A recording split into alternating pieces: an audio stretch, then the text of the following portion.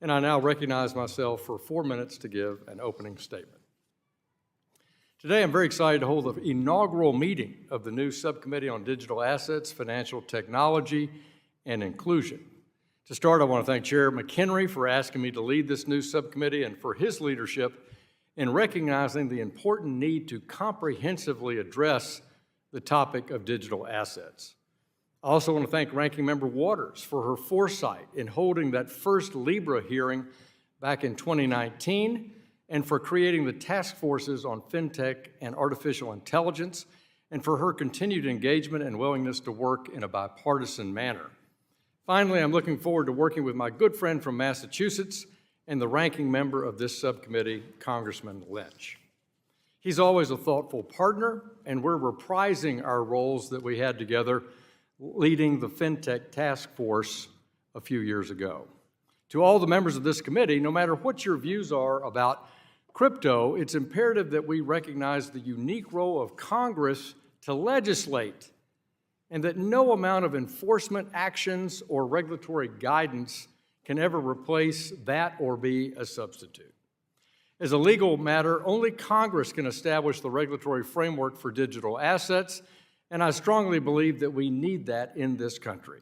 That's why this subcommittee is holding its first hearing to examine the administration's recent actions on digital assets. But let me be very clear. This hearing is not a partisan attack on the Securities and Exchange Commission or the banking regulators. We will hold other hearings to discuss the comprehensive policies, as well as the fraud and failure of FTX and Sam Bankman-Fried and the millions of people hurt by his dishonesty and scam. But it's absolutely critical that we first discuss the scope and significance of recent regulatory pronouncements and supervisory failures of the past year. By assessing the regulatory gaps, supervisory failures, and enforcement actions, we can build the case for a shared bipartisan vision of this regulatory framework. This shared goal is to protect investors, foster innovation, and ensure that America continues to lead rather than follow in this space. But by that means, Congress has to do the hard work of working across the aisle to reach a consensus and not just posturing or sticking our heads in the sand. That's why I was so glad to see Ranking Member Waters recently call on the Treasury, the Fed, the CFTC, and the SEC to get together with Congress and address digital asset regulation.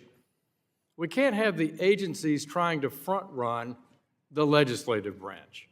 Last Congress, this committee under then-Chair Waters and Ranking Member McHenry made good progress on payment stablecoin legislation, and I believe we should work together on a product that can pass out of this committee with bipartisan support. The Treasury and the Fed were constructive partners in that process, and we want that to continue. That being said, payment stablecoins are just one part of the broader digital economic system that I hope we can bring customer protections that exist in the current financial regulatory system and cover digital assets. I'm a strong proponent of the theory and the approach. Same risks, same activities, same rules. And I believe we should create a functional framework that's tailored to the specific risks of digital assets. In fact, we need to support technological innovation. We need to ensure appropriate controls and accountability. We need to give no quarter to fraudsters, scammers, or criminals, and we need to reinforce leadership in the global financial system for U.S. competitiveness. These are the administration's own principles as outlined in their executive order for their looking at digital assets.